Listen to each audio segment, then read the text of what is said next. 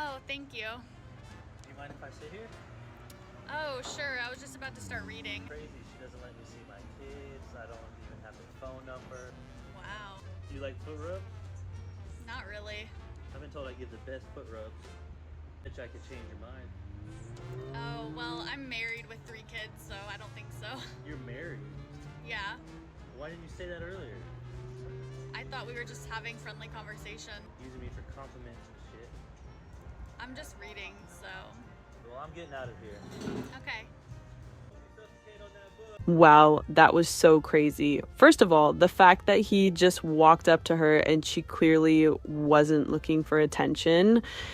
The audacity of this man. And then he started offering weird things, like not just compliments. Talking about how good you are at rubbing feet to a stranger is just straight up weird. This guy was so weird. And clearly, she wasn't trying to have a conversation with him. She said she wanted to read her book.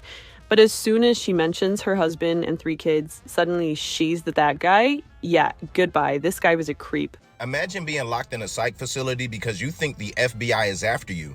And everyone thinks you're crazy, but it turns out you're actually telling the truth. This is one of the most bizarre psych stories that I've lived to experience, where a woman came into our ward with delusions of grandeur, allegedly, after believing the FBI was after her and using multiple tactics in order to capture her. Now in psych, we are not strangers to people coming in with all types of claims that the higher ups or the powers that be are after them. Matter of fact, the most common ones are the FBI, the CIA, the police, the government, the Secret Service, aliens, angels, demons, like all of these things. So as you can imagine, when I'm doing her intake assessment, I'm listening to what she's saying and all of the events that led up to her being here. And it sounds like a thought salad, but here's how I get down. I don't prejudge people. I let them talk about what their experience is as it is, without like the faces of or like doubtful responses. Now, I don't confirm the things in which they're saying. I just allow the space for them to speak it comfortably. Because a lot of times, if you listen, you can catch patterns and maybe be able to circle around an event where the trauma has started and initiated this way of thinking, or where the central location is. Sometimes, you know what I'm saying? Sometimes. Just a little background on this woman. She ended up getting arrested because she lifted up a shotgun and shot it across the street into her neighbor's front door. It was a married couple who was not home, thank goodness, but she claimed that they were spies and that she would catch them spying on her and believe that they were after her. A very scary thing to think about because you can't choose your neighbors. This woman is disheveled, bug-eyed. You can clearly tell she has not been getting any sleep, which is a huge contributor to psychosis. She was very dehydrated, spit forming in the corners of her mouth, but she said she was relieved to be in the facility and maybe it will give her more time. That's what she kept referencing. Maybe I will get more time. But she was adamant about the fact that the FBI was after her. So I'm writing these things down. I'm going and sharing it with staff. And they're like, wow, ain't like it ain't nothing we ain't heard before. But that shotgun, that's crazy. She's with us for a few days. And then one day, the unthinkable, the unimaginable happens. We were a locked facility that was located on a separate floor than all the units. So you had to get through 2 doors before you get onto the psych ward.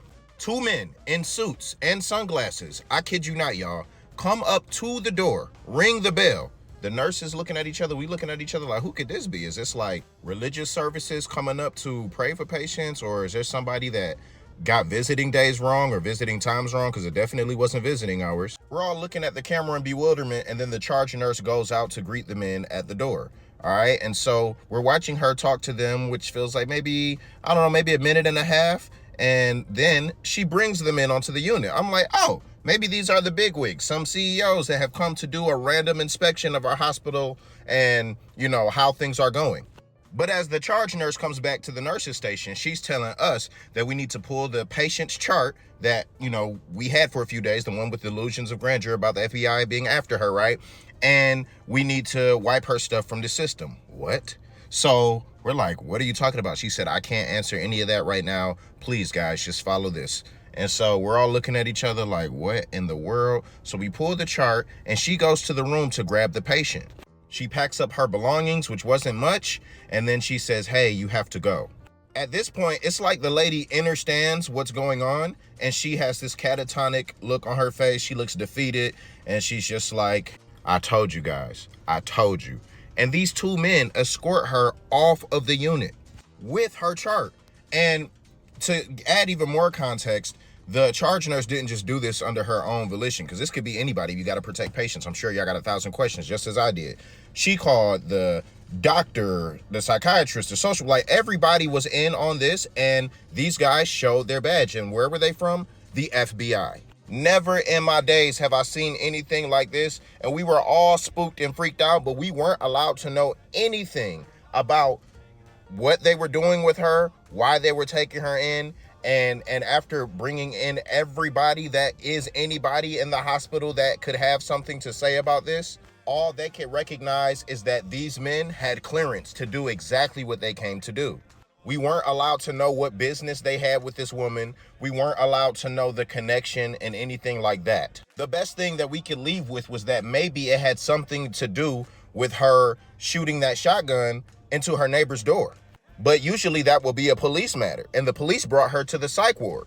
I don't know, y'all. I've never had a situation like that ever happen to me in all my years that I worked in psych. What would you do in this situation? And how would that change the outlook on patient delusions that are reported to you? Would you give pause? Or would there be any pause to give? Because if you knew that it was true, could you do anything about it? Is there anything that could have been done? What do y'all think? Let me know. This is a crazy one. Dang, that's crazy. At first, I was really thinking that she was just another crazy person, but the fact that the actual FBI came in and got her just like she said they would, I want to know what this woman went through, because clearly she didn't share enough. This guy and all the other nurses just thought that she was also crazy, because that's what makes sense, right? She was chalked up with the psych ward. But who knows? Who knows? Part of me even thinks that wasn't even the FBI. What if that was just Men in Black?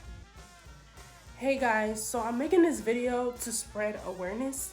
I'm just gonna cut to the chase. Yesterday, I almost died jumping out of a moving lift because the Lyft driver was trying to kidnap me. So, I work at the Clinton Outlets in Connecticut. If you live in Connecticut, you know the Clinton Outlets is exit 63. I live in New Haven, Connecticut, which is about 30-minute ride. When I got a female driver, I was so happy, y'all, so happy. And the crazy thing about it is Lyft had gave me a female driver, and then Lyft switched it and gave me another female driver because she was closer. Yesterday, Lyft gave me a notification saying, okay, your ride is outside. So, I got my things ready, got my bag. I went outside. The license plate, the car, the driver, everything matched the picture on Lyft. Everything was correct. Okay, the driver, she had like this accent. I can tell she was foreign. Before we got off exit 63, she was on the phone with some man. And she was like explaining to them what I was wearing. I didn't think too much of it because first she was speaking another language. I don't know what she was speaking on the phone with this man. The language she was speaking, it sounded like she was from the Middle East, but she said something in English when she was on the phone with the man, which is weird because she was speaking another language, and then all of a sudden she started to say dark skin, red sweater. When she said red sweater, dark skin. When she said red sweater, dark skin, I had on a red sweater and I'm dark skin. So she was describing whoever she was on the phone with, she was describing me to that person, what I was wearing, how I looked, which was weird. I did not think too much of it because I was about to be to work. I was almost to my destination. So you know what? Even though I was nervous, I'm like, okay, I'm gonna just let God handle the rest. I'm about to be to my destination. I'm gonna just let her take me to my destination. But we got off exit 63. Okay, so I'm back to finish the story. I'm so sorry, y'all. I could not finish the video the other day. I was not right emotionally. I had a lot on my plate. The incident happened. That is why my face looks better, but the damage is already done. The trauma is still there. Let me finish the story. Okay, so we got off exit 63. The Lyft driver, she had to turn left to get to my destination once you get off exit 63. The Lyft driver had her left turn signals on. Mind you, she had her left turn signals on. So even she knew she had to turn left. Even the GPS told her she had to turn left. Guess what she did? She ended the ride and got back on the highway. We were almost to my destination. She got back on the highway while I was still in the car. I'm like telling her, ma'am, you passed my destination. What are you doing? This lady did not say nothing. I'm like, girl, what are you doing? She told me to shut up. She didn't have to tell me nothing else. I jumped out that car so fast. I jumped out the car while it was moving. That shit hurt so bad. I thought I was going to die because she was going fast. Like, you know, when somebody's trying to kidnap you, they try to go fast. They try to like get away with it fast. That's how fast she was going while I was jumping out the car. You know, that day, I thought I was never gonna see my mom again. I thought I was never gonna see my dad again. I thought it was it. Like, it felt like a movie, y'all. It felt like I was in a movie. Like, I keep replaying the scenario in my head.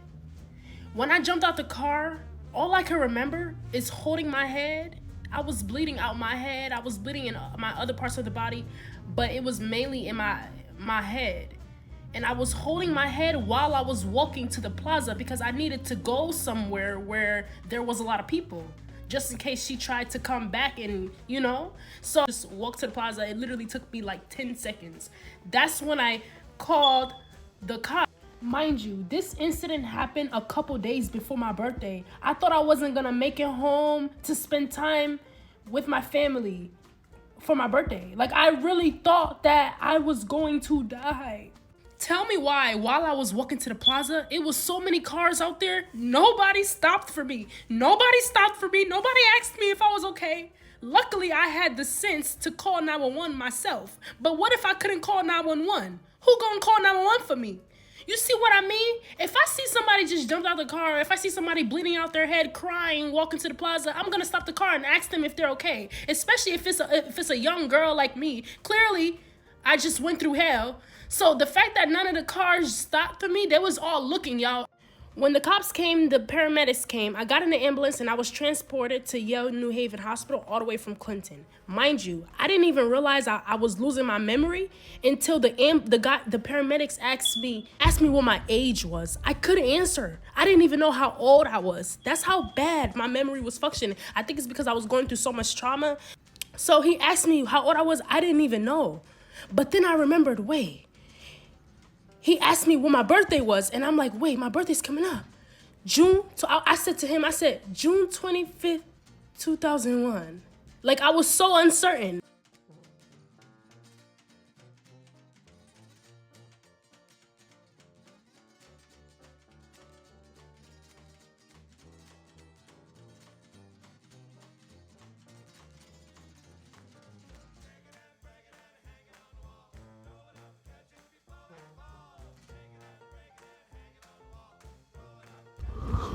First of all, I cannot believe that this happened.